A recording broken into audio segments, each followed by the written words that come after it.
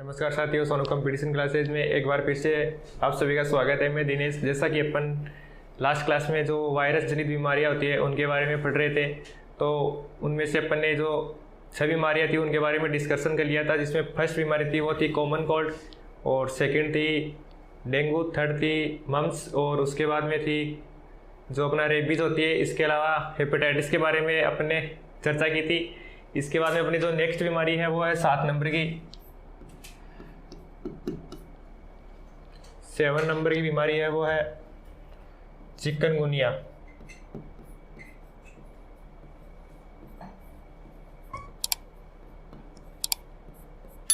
सात नंबर की बीमारी अपनी वो है चिकनगुनिया। तो सबसे पहले बात करते हैं इसके रोग कारक की, कौन से वायरस के द्वारा होती है। तो सबसे पहले इसका रोग कारक है वो होता है चिकवी या टोगा वायरस।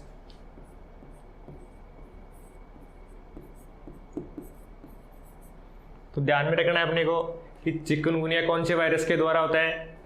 तो चिकनगुनिया चिकवी या टोगा वायरस के द्वारा होता है। उसके बाद में बात करते हैं इसके प्रभावित अंग।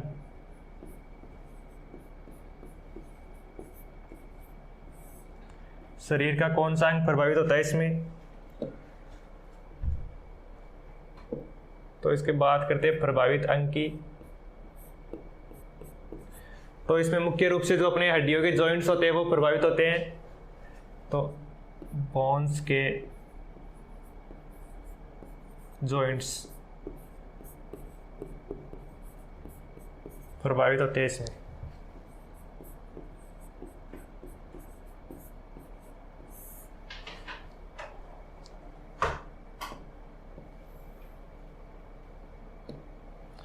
उसके बाद में देखते हैं इसका संक्रमण का तरीका, कि संक्रमण कैसे होता है अपने शरीर में।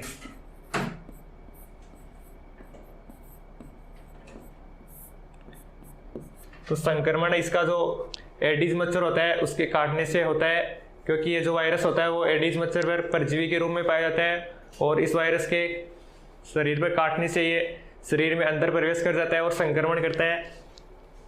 तो इसका संक्रमण का तरीका है वो है एडीज मच्छर के काटने से।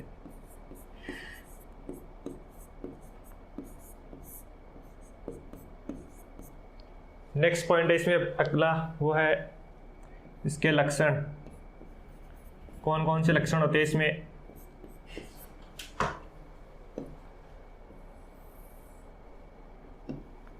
तो लक्षण में सबसे पहले एक तो रोगी को लंबे समय तक बुखार रहती है, तेज बुखार रहती है।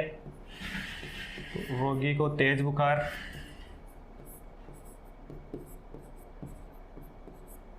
इसके अलावा लंबे समय तक जो हड्डियों के जॉइंट्स होते हैं उनमें दर्द होता है, जिसको अपन आर्थराइटिस बोलते हैं। तो रोगी के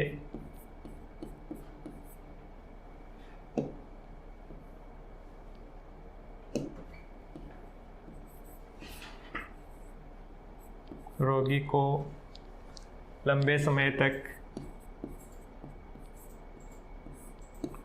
जोड़ों में दर्द रहता है।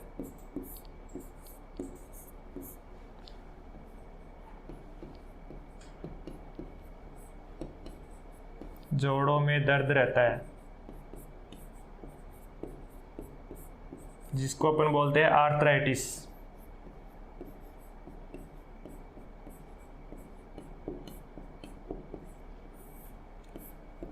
इसका जो मेन पॉइंट है वो ये है कि इसमें जो अपनी हड्डियाँ होती है उनमें जॉइंट्स होते हैं ना, उनमें लंबे समय तक दर्द रहता है।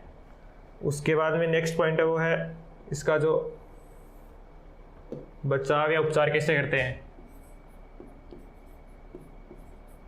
बचाव या उपचार, तो इसमें सबसे पहला उपचार है वो बचाव है वो है कि मच्छरों पर नियंत्रण रखना चाहिए अपने को। मच्छरों पर नियंत्रण रखना चाहिए।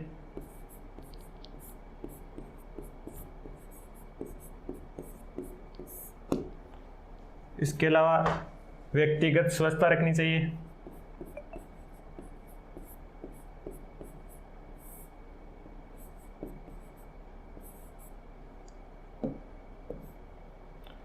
व्यक्तिगत स्वच्छता रखनी चाहिए।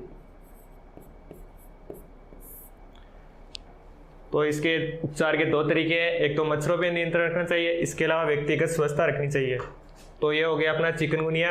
उसके बाद में नेक्स्ट डिजीज है वो है 8वें नंबर की पोलियो।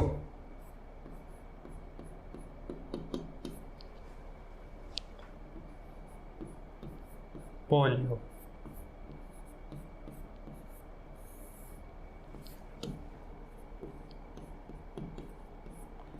तो वही सबसे पहले इसके रोग कारक की बात करते हैं कि कौन से वायरस के द्वारा होता है। तो सबसे पहले आ जाएगा इसका रोग कारक। रोग कारक में आ जाएगा पोलियो वायरस या एंटेरो वायरस।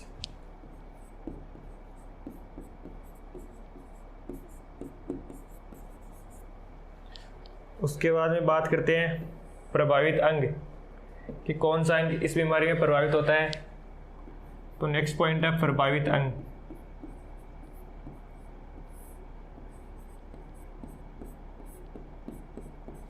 तो इसमें मुख्य रूप से अपनी एक तो आंत में संक्रमण होता है, आंत में संक्रमण होता है। इसके अलावा मस्तिष्क और मेरुरज्जु की कोशिकाएं प्रभावित होती है। मस्तिष्क और मेरुरज्जु की कोशिकाएं प्रभावित होती है।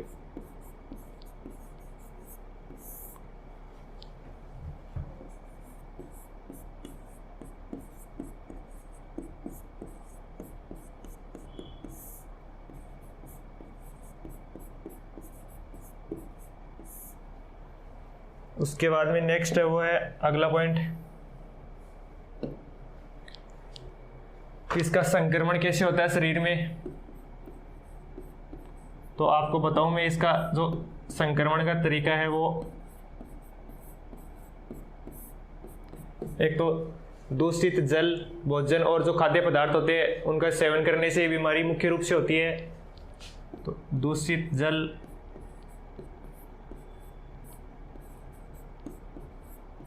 इसके अलावा भोजन और खाद्य पदार्थों के सेवन से।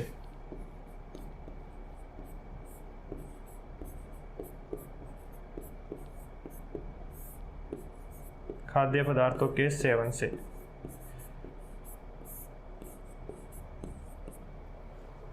ध्यान में रखना है अपने को कि पोलियो का संक्रमण शरीर में दूषित जल, भोजन और खाद्य पदार्थों के सेवन से होता है।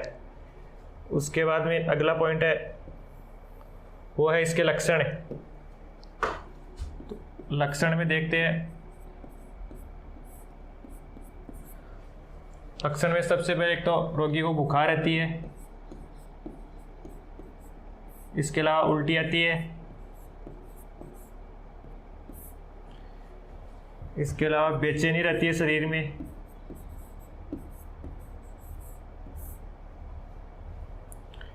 इसके अलावा उदर में पीड़ा,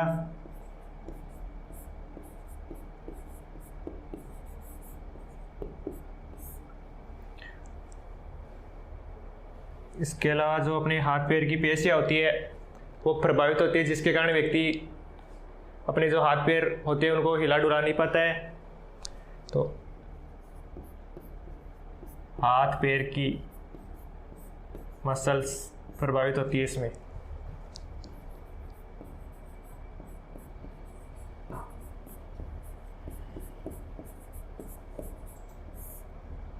तो ये हो गए इसके लक्षण। उसके बाद में नेक्स्ट पॉइंट है वो है इसका बचाव या उपचार कैसे करते हैं। बचाव और उपचार। तो उपचार में मुख्य रूप से इसमें दो प्रकार की वैक्सीन दी जाती है रोगी को। तो उसमें पहली वैक्सीन है वो है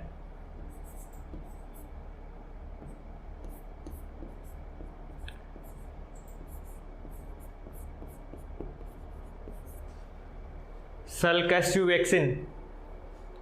ये वैक्सीन होती है ना वो इनएक्टिवेटेड होती है, इनएक्टिवेटेड वैक्सीन। इसमें जो मृत वायरस होता है उसको शरीर में वैक्सीन के रूप में डाला जाता है। इसके अलावा जो सेकंड वैक्सीन है वो है सेबिन वैक्सीन।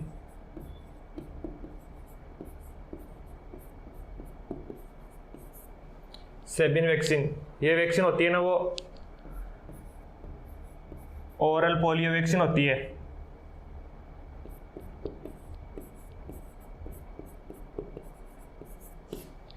जिसको बूंद के रूप में मुंह में डाला जाता है और ये 18 से 24 मंथ के बीच में दी जाती है।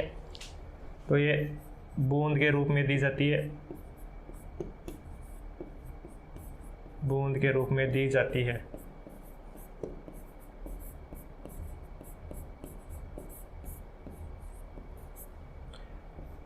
अठारह से 24 मंथ के बीच में।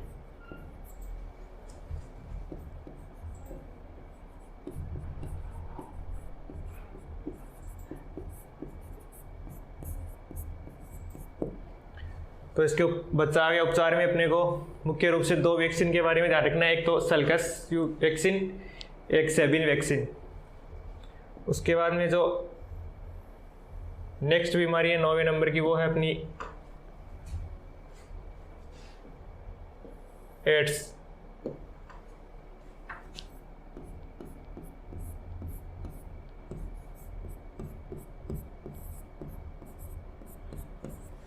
एड्स में सबसे पहले बात करते हैं इसके फुल फॉर्म की, कि एड्स की फुल फॉर्म क्या होती है। एग्जाम में पूछा जाता है कई बार क्वेश्चन। तो इसकी जो फुल फॉर्म है वो है एक्वायर्ड इम्यूनो डेफिशिएंसी सिंड्रोम।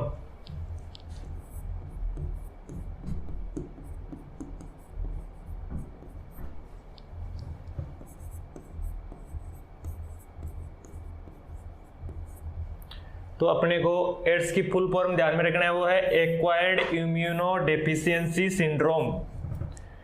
उसके बाद में बात करते हैं इसके रोग कारक की, कि एड्स कौन से वायरस के द्वारा होता है। तो इसमें आ जाएगा रोग कारक। रोग कारक में ध्यान में रखना अपने को, एक एड्स होता है वो HIV वायरस के कारण होता है। HIV वायरस, कई बार इस HIV की फुल फॉर्म भी पूछ ली जाती है एग्जाम में, तो ध्यान में रखना है अपने को। HIV का जो फुल फॉर्म होती है वो होती है ह्यूमन इम्यूनो डेफिशिएंसी वायरस।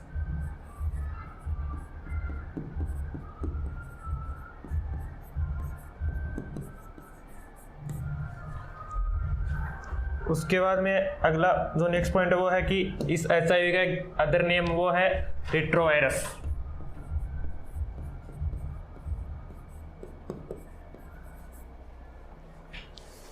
उसके बाद नेक्स्ट पॉइंट है वो है कि इसमें शरीर का कौन सा पार्ट या अंग प्रभावित होता है। तो एड्स में मुख्य रूप से प्रभावित अंग। तो आपको बताऊं कि मैं एड्स में मुख्य रूप से अपने जो शरीर का प्रतिरक्षा तंत्र होता है वो प्रभावित होता है इसमें। तो शरीर का प्रतिरक्षा तंत्र,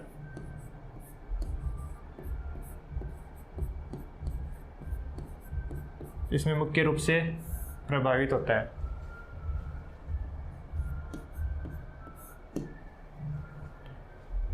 उसके बाद में बात करते हैं कि इसका संक्रमण कैसे होता है शरीर में वायरस का। तो अगला पॉइंट है संक्रमण का तरीका।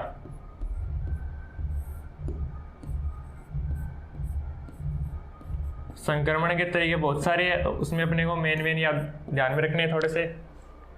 उसमें जो फर्स्ट तरीका वो होता है कि एक तो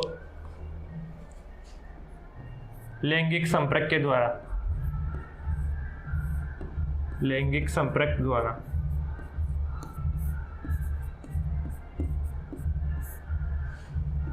इसके अलावा असुरक्षित रक्त स्थानांतरण के द्वारा।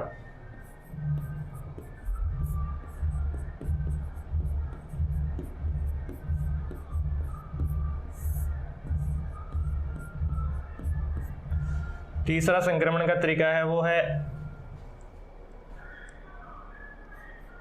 सीरिंज के साझा उपयोग के द्वारा।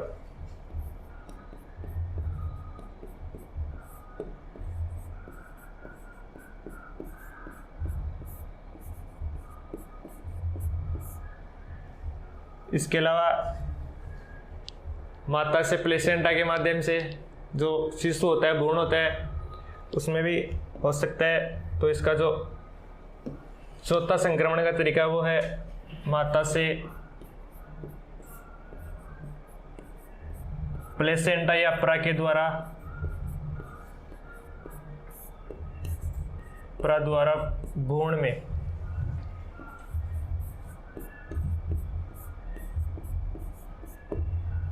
तो ये इसके संक्रमण के तरीके हो गए मेन। एक तो लैंगिक संपर्क के द्वारा, एक असुरक्षित रक्त स्थानांतरण के द्वारा, इसके अलावा सीरिंज के साझा उपयोग करने से, और चौथा है वो है माता से प्लेसेंटा के माध्यम से भ्रूण में। उसके बाद में नेक्स्ट पॉइंट है वो है अपना कि इसमें कौन कौन से लक्षण उत्पन्न होते हैं।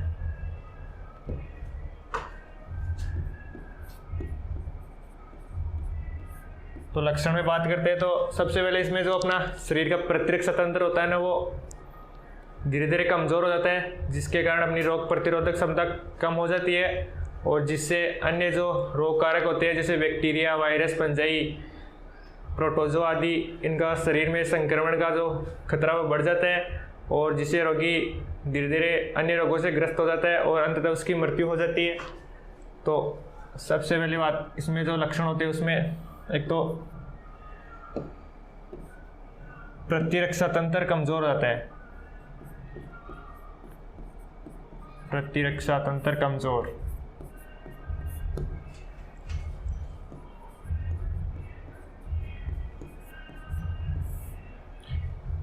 इसके अलावा रोगी को बुखार आता है, वजन में कमी हो जाती है,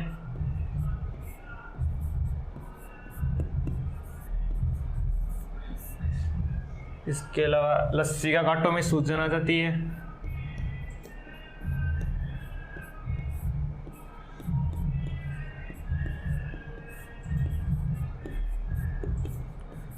सूजन आ जाती है, इसके अलावा थकावट रहती है,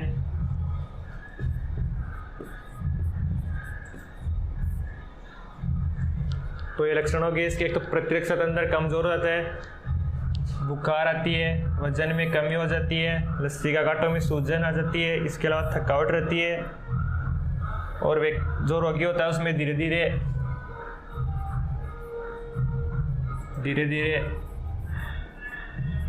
अन्य बैक्टीरिया या अन्य जीवाणु, वायरस,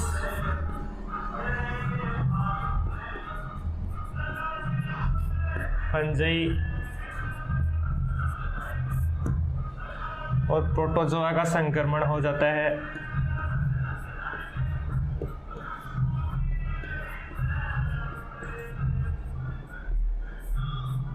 प्रोटोजोआ का संक्रमण हो जाता है जिससे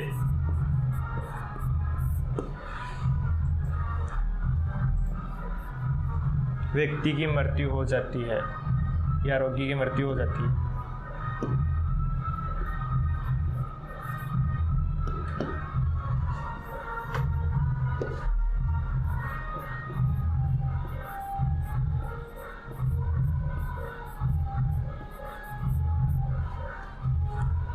तो ये लक्षण में ध्यान में रखना है अपने को। उसके बाद में नेक्स्ट पॉइंट है वो इसका बचाव, उपचार और जांच। इसका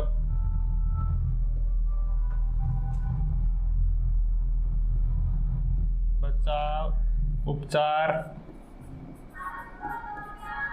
और जांच। तो इसके बात करते हैं बचाव, उपचार और जांच की। तो सबसे पहले बात करेंगे इसमें कौन कौन से टेस्ट करवाए जाते हैं। इम्पोर्टेंट पॉइंट है। तो सबसे पहले जांच,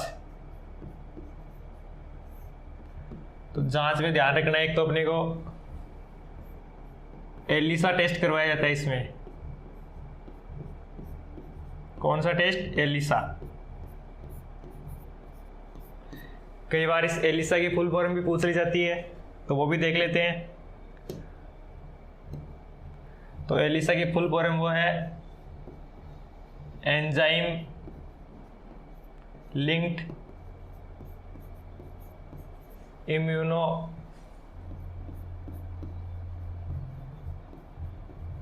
सोर्बेंट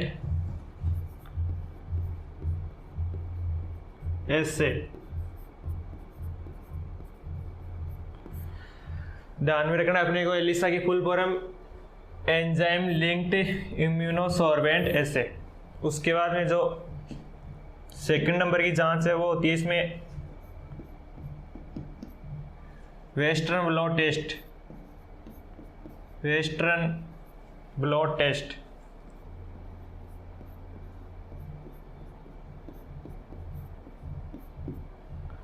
उसके बाद में थर्ड जो टेस्ट होता है वो होता है इसमें रिवर्स ट्रांसक्रिप्टेज।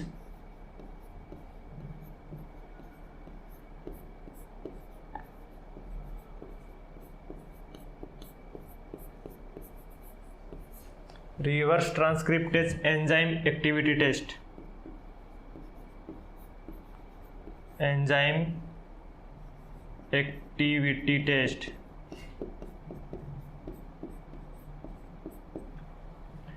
तो अपने को मुख्य रूप से ये 3 टेस्ट ध्यान में रखना है। एक तो एलिसा, सेकंड है वेस्टर्न ब्लॉट टेस्ट और थर्ड है reverse transcriptase enzyme activity test.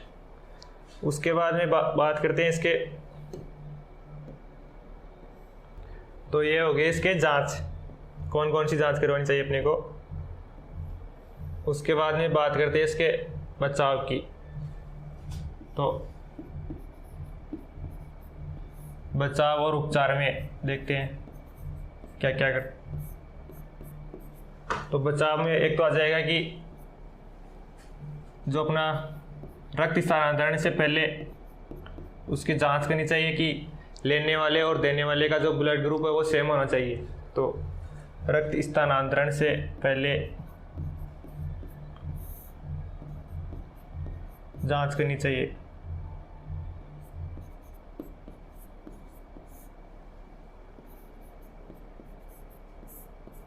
जांच करनी चाहिए। इसके अलावा संक्रमित सुई का उपयोग नहीं करना चाहिए। संक्रमित सुई का उपयोग नहीं करना चाहिए।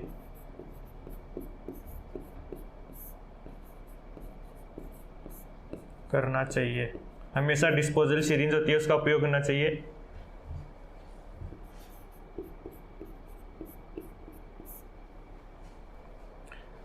तो ये थोड़ा सा ध्यान में रखना है। उसके बाद में नेक्स्ट वो है, इसमें कुछ औषधियाँ दी जाती है रोगी को, क्योंकि इसका जो स्थायी उपचार तो अभी तक हुआ नहीं है खोज, तो इसलिए कुछ औषधियाँ हैं जो रोगी के जीवन काल को लंबा बढ़ा सकती है, लेकिन इसका जो अभी तक स्थायी उपचार नहीं है, तो इसमें कुछ ड्रग्स दी जाती है रोगी को। एक तो दी जाती है AGT, इसकी फुल फॉर्म है एजिडोथाइमिडीन।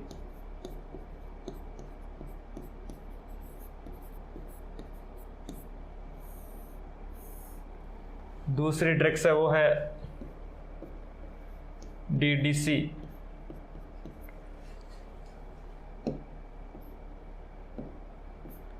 DDC का मतलब है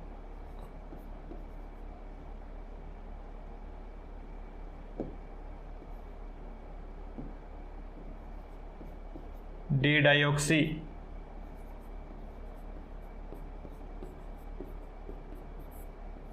साइटिडीन।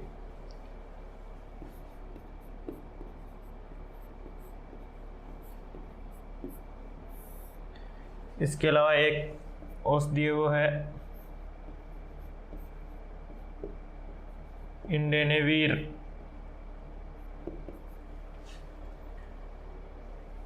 नेक्स्ट वो है इनवायरेज ड्रग्स। तो ये 4 ड्रग्स के बारे में अपने को ध्यान में रखना है, एक तो एचजीटी, एक डीडीसी, एक इंडेनेवीर और एक इनवायरेज। तो ये हो गया अपना एड्स। उसके बाद में जो नेक्स्ट है वो है 10 नंबर की बीमारी है, वो है अपनी चिकन पॉक्स।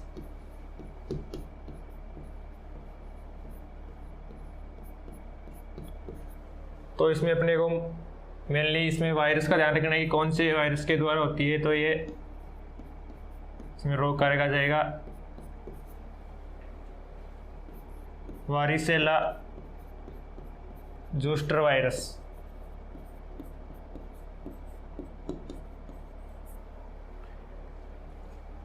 ग्यारहवें नंबर की ये बीमारी है वो है हेपेटाइटिस बी।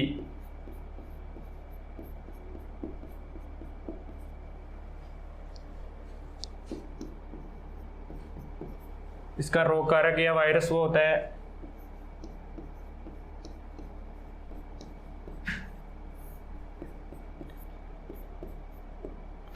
HVB virus.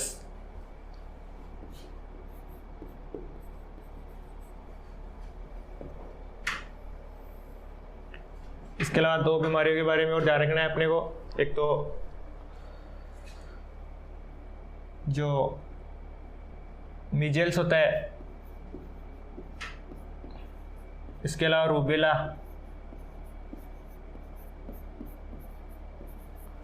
और इन्फ्लुएंजा।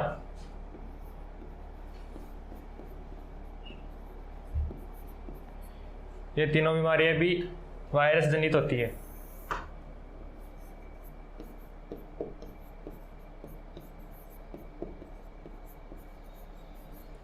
तो ये हो गए अपने वायरस जनित रोग कि मानव शरीर में वायरस के द्वारा कौन कौन सी बीमारियां होती है। तो अपन ने डिस्कशन किया। बाकी इसमें जो नेक्स्ट पॉइंट अगला वो होगा कि अपना जो फंजाई होती है उसके द्वारा शरीर में कौन सी बीमारी होती है, तो वो देखेंगे अगली क्लास में। तब तक के लिए थैंक यू।